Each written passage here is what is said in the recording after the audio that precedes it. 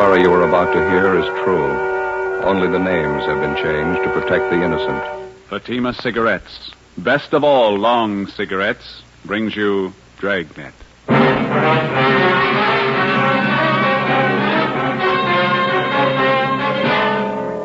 You're a detective sergeant. You're assigned to homicide detail.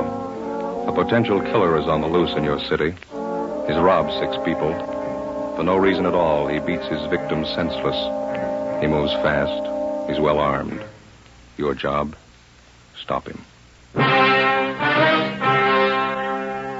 You'll be amazed when you compare Fatima with other long cigarettes. You'll find they now cost the same. But in Fatima, the difference is quality. You see, Fatima is the quality king-size cigarette because it contains the finest Turkish and domestic tobaccos superbly blended.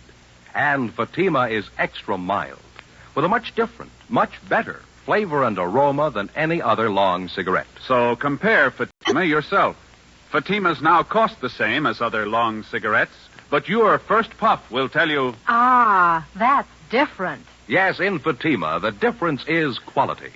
Ask your dealer for Fatima, the quality king-size cigarette. Best of all long cigarettes. Start enjoying Fatima for a new year of greater smoking enjoyment.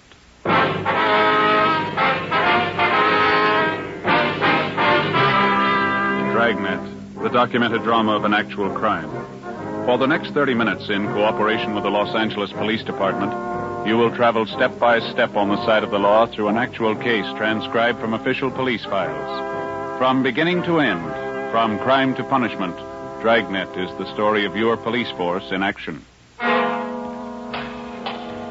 It was Thursday, March 8th. It was windy in Los Angeles. We were working the night watch out of homicide. My partner's Ben Romero. The boss is Thad Brown, chief of detectives. My name's Friday. I was on the way back from the record bureau. It was 11:45 p.m. when I got to room 42. Homicide. Joe? Hi, Bill. Romero called about 5 minutes ago. He's on his way in from Georgia Street. Oh, thank you. The captain still around? He's gone for the night. You can catch him at home if you want him. Trouble? The rattlesnake bandit. Got 2 more couples tonight. Right. Bad? About the same as the last 3 jobs he pulled. Pretty vicious. Gave the victims a bad going over. Who are they? The young salesman, his girlfriend. They were parked up in the Silver Lake area. Bandit robbed him. When he didn't find enough money in the young fellow's wallet, he pistol whipped him, messed him up quite a bit. Why'd he do that? Oh, there's no reason for it. The young girl in the car had an engagement ring on. She offered to hand it over. The bandit pulled her out of the car, punched her in the face, hit her quite a few times. Guy just seems to be looking for blood, that's all. No leads on him, huh? No, not so far. It looks like I'm out. Have you got any aspirin, Bill? Yeah, I got a fresh bottle this afternoon. Lousy headache. I've had it all night. How about the thief's M.O.? The same, huh? Well, it has been so far. He works the outlying districts, parking areas. Doesn't seem to be any reason at all for these sluggings.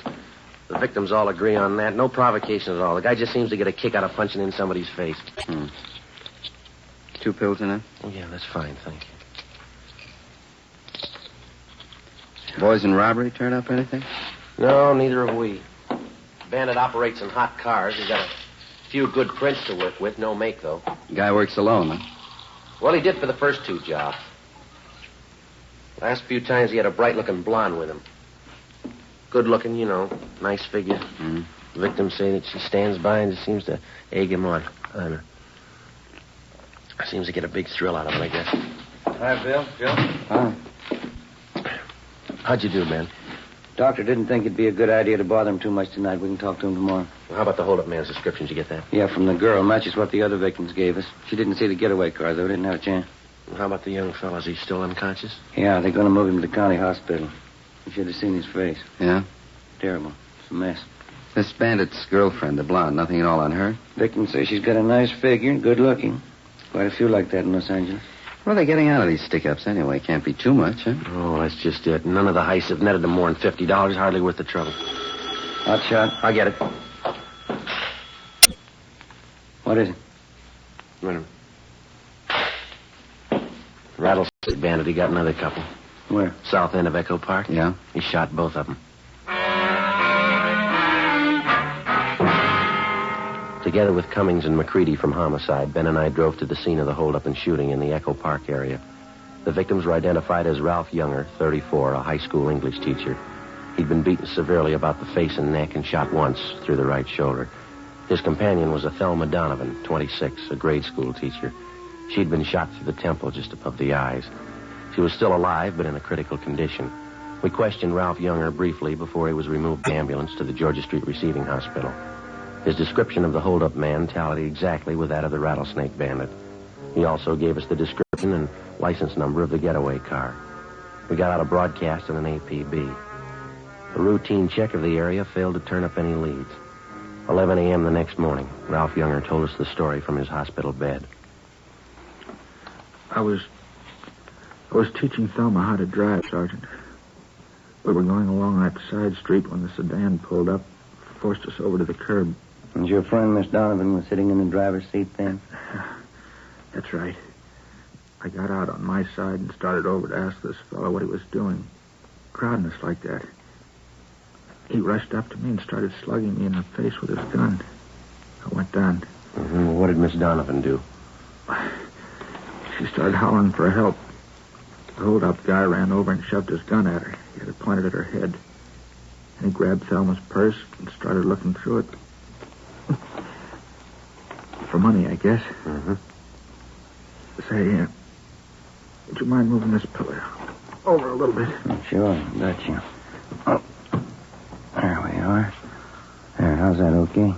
Oh, under the shoulder, please. All right. Yeah. There you are. It's fine. Thanks. Were you lying on the street while all this was going on, Mr. Younger?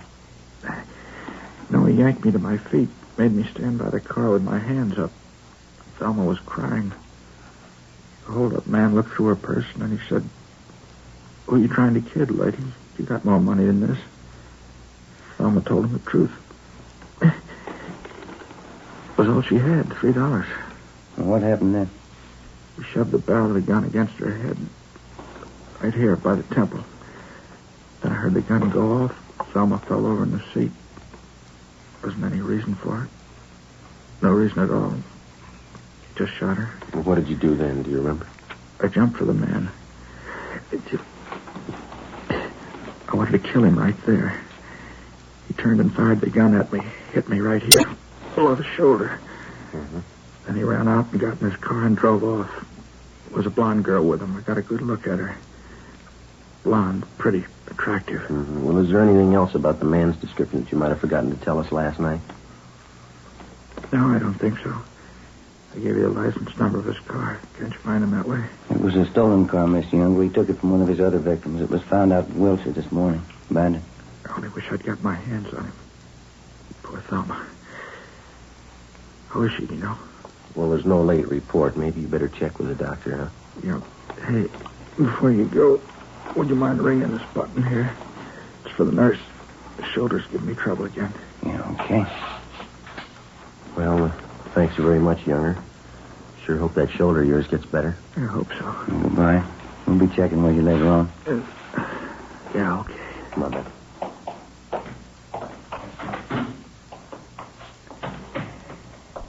Romero? Joe? How'd you do, Bill?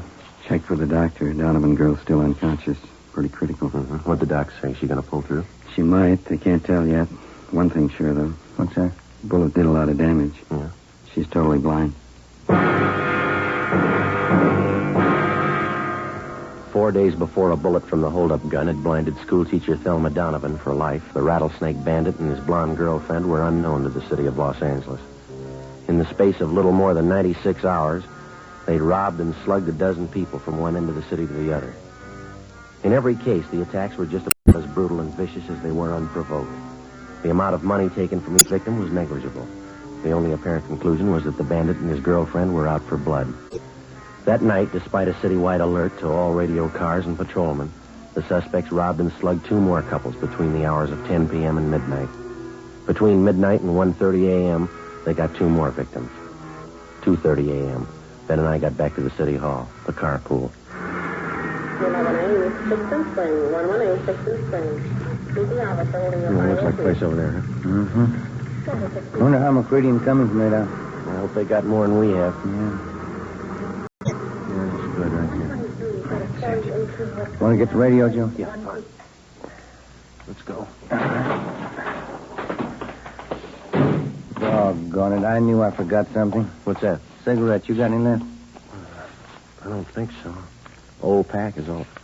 No, there's one left in here. No, it's all right. I can't take your last smoke. Well, go ahead. There's a machine upstairs by the elevator. I'll get some. All right.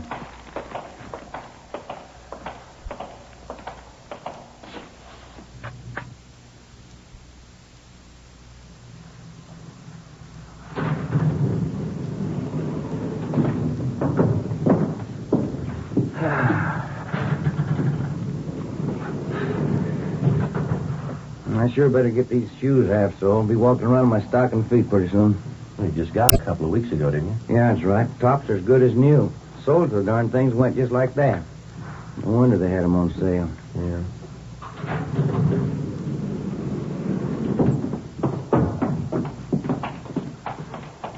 In just a minute, I want to get those smokes. Oh, yeah.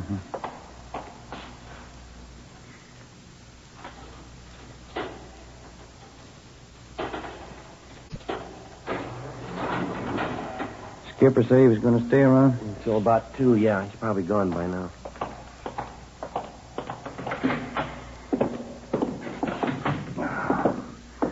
Yeah, it's a long day. Anything in the book? Just a minute. Yeah, your wife called. I want you to get a refill on that prescription for your little boy. Oh, Hiya. How'd you two do? Nothing. How about you? Chandler called from robbery a minute ago. Thinks they may have something. Yeah? At 211, big service station out on Pico. Hold-up man had a blonde in the car with him. What about description? Jives pretty well with the guy we're after. Well, the M.O. doesn't. That thief and his girl haven't tried anything but car hold-up since they started. How'd they manage the job? Well, you know how they've been operating for transportation. They rob the people, steal their car. When they reach another victim, they transfer to his car. First time they switched that system was tonight. The hold-up on South Hoover, the man and his wife. Huh? Instead of changing over, they stayed in the blue Chevy coupe. Same one they took in the job before that. Up to now, they've used the same hot car in the last 3 jobs. Sure going to help if they stick with it. What about the gas station attendant? Well, excuse me, Crowley Chandler. Homicide coming. Yeah, Glenn. 5-4-389. Right, thanks. They dug up a witness to the gas station job. Suspects drove off in the blue Chevy coupe. License 5-389. Same car, huh? It stops me. What was the take? $23. Slugged the attendant, took off. The broadcast's out. Area's been alerted. Nothing yet. Okay, Ben. Yep.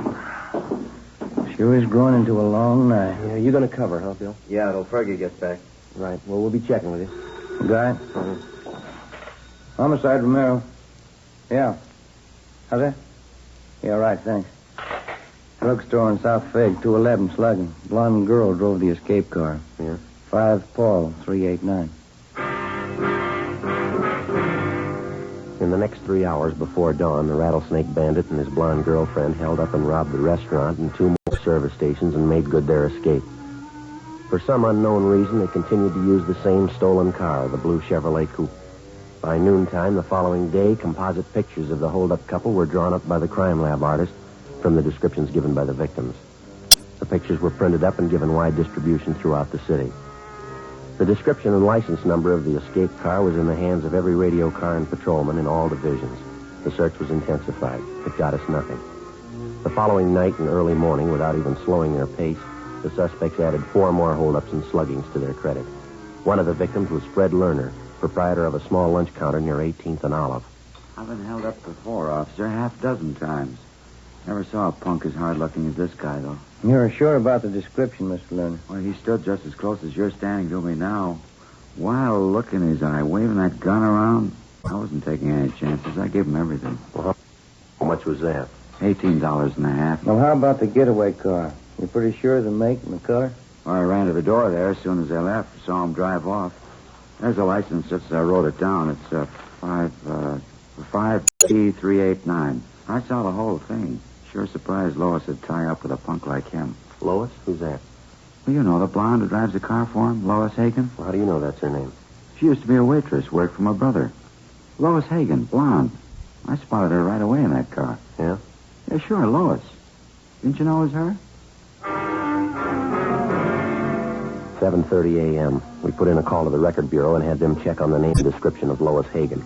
No make, no previous record. With the help of Fred Lerner and his brother, we traced the Hagen girl to a drive-in where she used to work. There, we checked the employment records and got an address on her. 1800 Norwich Drive. Turned out to be a small apartment house in West Hollywood. Ben checked with the landlady while I waited the car. Transfer point 2. 1KB, transfer point 2, Miss Uniform 35. Well, that's it. What'd you get? Talked to the landlady. She's managed the apartment for 16 years. Yeah? She never heard of Lois Hagen.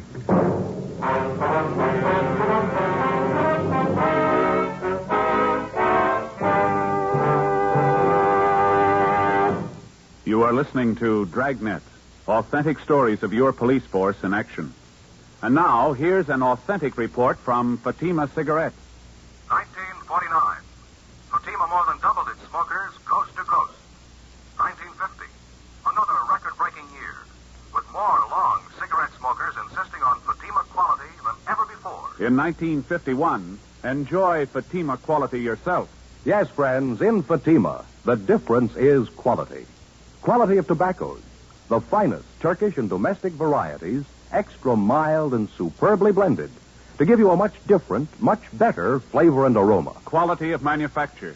Smooth, plump cigarettes rolled in the finest paper money can buy. Quality, even to the appearance of the bright, clean, golden yellow package, carefully wrapped and sealed to bring you Fatima's rich, fresh, extra mild flavor. Compare Fatima yourself. Fatimas now cost the same as other long cigarettes, but your first puff will tell you... Ah, that's different. Yes, in Fatima, the difference is quality. Start enjoying Fatima for a new year of greater smoking enjoyment. Insist on Fatima, the quality king-size cigarette. Best of all long cigarettes.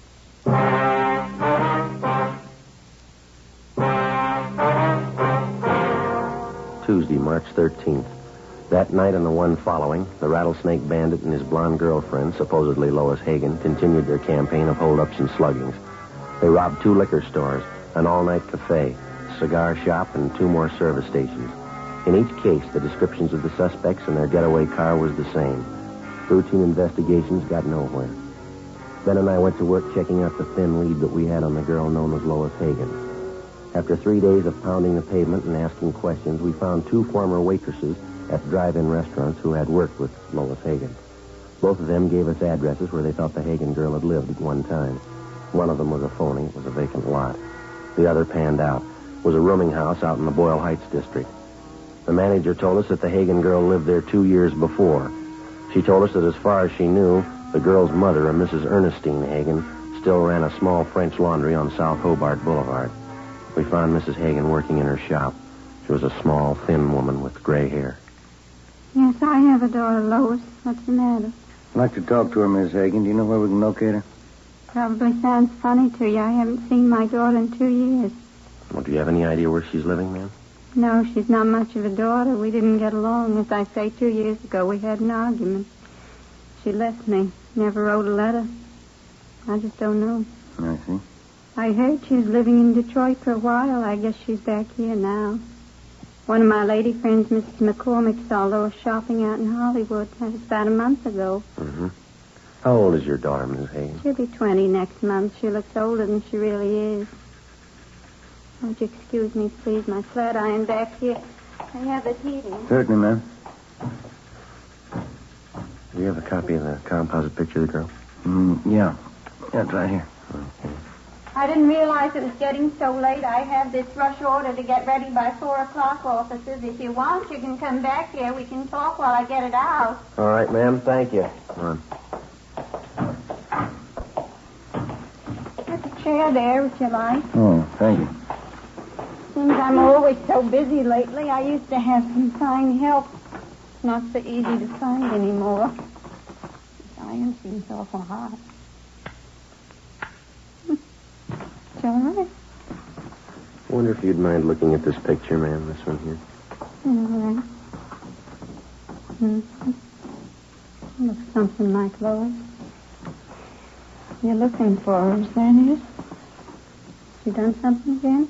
Well, we're not sure, ma'am. Has she been in trouble before? I can't be more ashamed of her than I already am. Yes, she's been in trouble before.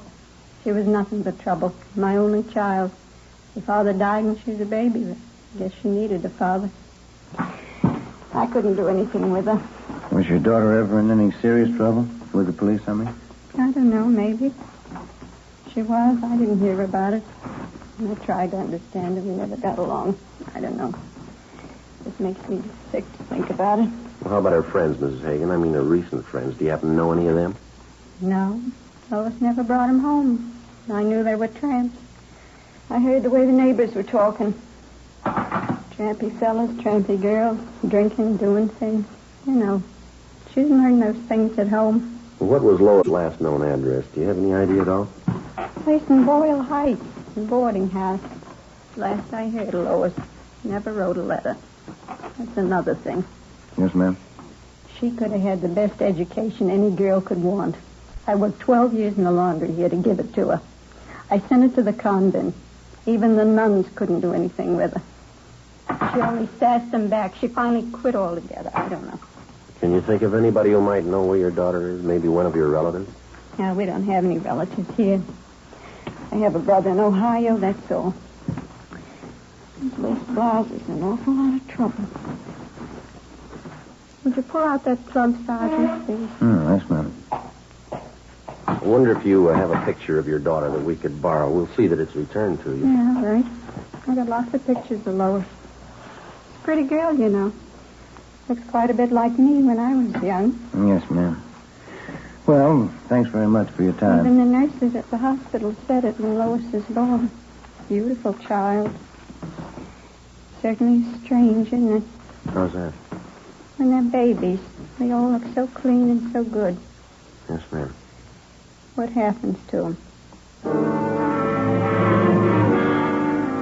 Before we left Mrs. Hagen, we got a photograph of her daughter, Lois, and then we drove back to the office. We spent the rest of the afternoon showing a picture to several of the robbery victims. All of them identified the Hagen girl as the bandit's accomplice. We got out a supplementary broadcast. That night, the hold-up couple failed to put in an appearance. The following night, the same. Not a sign of them. Still no sign of the escape car either. Where they might be hiding out, we had no idea. The search went on. Repeated checks through the stats office and the record bureau failed to turn up any new leads. We stayed on it. 4 nights later, the still unidentified hold-up man and Lois Hagen started in all over again. 2 drugstore hold-ups, 2 robberies of couples in parked cars. All of the victims were beaten senseless. Monday, March 19th, 8 a.m. Joe? Hi. They turn up anything last night? 2 more jobs. Both victims identified the Hagen girl as the accomplice. Anything else? Still using the same escape car. That's about it. Yeah. Well, we're no closer than we were a week ago, huh? I checked the hospital on the druggist they slugged. How's he doing? I don't know yet. Still unconscious. I'll get it. Homicide, Friday. Yeah, Mike. Where? Yeah, right away. What have you got? 32R. They're out on 18th and Hill. Yeah? The hold-up car. They just spotted it. 8:20 a.m. Together with Cummings and McCready, we drove out to 18th and Hill, where the officers in Unit 32R had the hold-up car staked out. It was parked in the back of a large service station on Hill Street near the corner of 18th. We talked with the manager, and he told us that a blonde girl answering Lois Hagen's description had left the car there earlier that morning just to have the distributor fixed and the battery recharged. She told him that she'd call for the car early that night. Because of the way that the service station was situated, it would have been impossible to stake out on the blue coupe without making it look obvious. We explained the setup to the manager and made arrangements for Ben and I to pose as employees. That way we could keep a close watch on the car until the suspects called for it. Cummings and McCready holed up in a coffee shop directly across the street. 2 teams of men from robbery covered from their vantage points. Ben and I took up our posts as supervisors of the station's 10-minute car wash.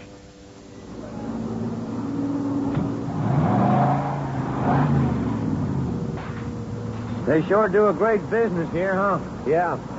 You mentioned to the manager about keeping the area clear around that car, didn't you? Yeah, it's all set up. We're not going to have an excuse in the world if we miss those 2. Yeah, if they show up. What are we supposed to do now? Pull these tickets off the cars as they move off the wash line? Yeah, that's all. Just slip the tickets in that box over there, see? Mm-hmm. Must have run them a few dollars, huh, installing all this equipment. Seems to be paying off, doesn't it? What time you got now? A few minutes past 4. Want to smoke? No, I just put one out. 1 a.m. Ben spotted a young blonde girl turn the corner onto Hill and start up the street toward the service station. As she came closer, she looked to the right and the left. She paused in front of the station, looked on both sides of the street, and then she turned completely around and walked on past. Lois Hagen. She's going right down to the corner. How about it? Yeah, I'll put in with you. How about her tail? We can't just let her walk away from us. No, just a minute. Take a look. She's turning around. Coming back this way. She's coming in. Yeah, we better get back to our car. Looks like it. Come on. Right. The young blonde entered the garage office, paid the repair bill, and drove off in the hold-up car. Ben and I followed an 80K. Cummings and McCready tailed us. The blue coupe moved 2 blocks down Hill Street and then turned into an apartment garage. We parked on the street, went in and got the manager out of bed. We showed him Lois Hagen's picture. He told us that she was registered alone in apartment 16. He failed to recognize the description of the hold-up man. McCready and 3 men from robbery covered the front and back exits. Cummings, Ben, and I climbed the stairs to the 3rd floor. Number 16. Joe, you want to ring it?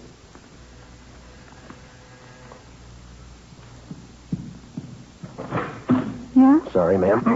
Bedroom, Bill. Right, I'll take the kitchen. Wait a minute, what is this? Police officers. You Lois Hagen? You get out of here, let me in. Bedroom's empty. Nothing back here. All right, where is he? Come on, let's have it. Frank, get out! Frank, get out! Upstairs, you. Watch your Bill. I got it. Come on, Ben. Yep. Upstairs, Joe. Watching? Yeah, hold it. Frank, get out! Get out! Come on, John. Coppers, give me room. Give it up, mister. You haven't got a chance. Give me room. I'm coming, John. We got the building covered, mister. Give it up. Look out, Joe.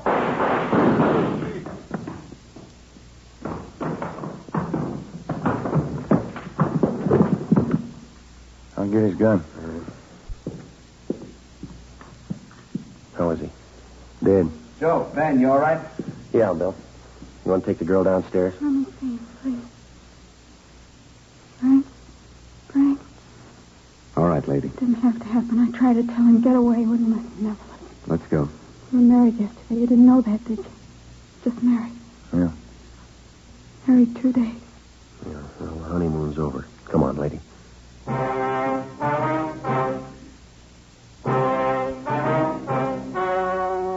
story you have just heard was true. Only the names were changed to protect the innocent.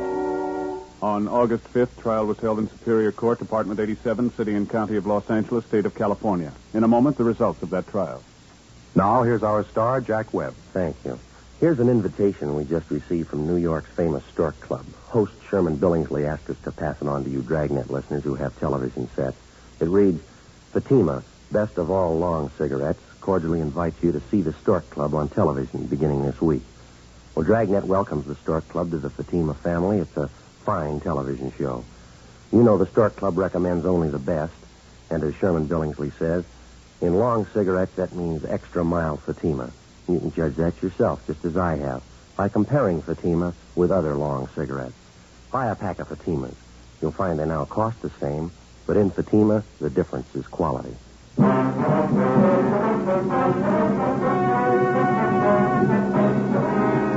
The body of the dead hold-up man was identified as that of Frank Ralston Kilbride. His accomplice, Lois Hagen, was tried and convicted on 6 counts of armed robbery and assault with a deadly weapon. She received sentences as prescribed by law and is now serving her term in the state penitentiary for women. You have just heard Dragnet, a series of authentic cases from official files. Technical advice for Dragnet comes from the Office of Chief of Police W.H. Parker. Fatima Cigarettes has brought you Dragnet, portions transcribed from Los Angeles. We the People is next on NBC.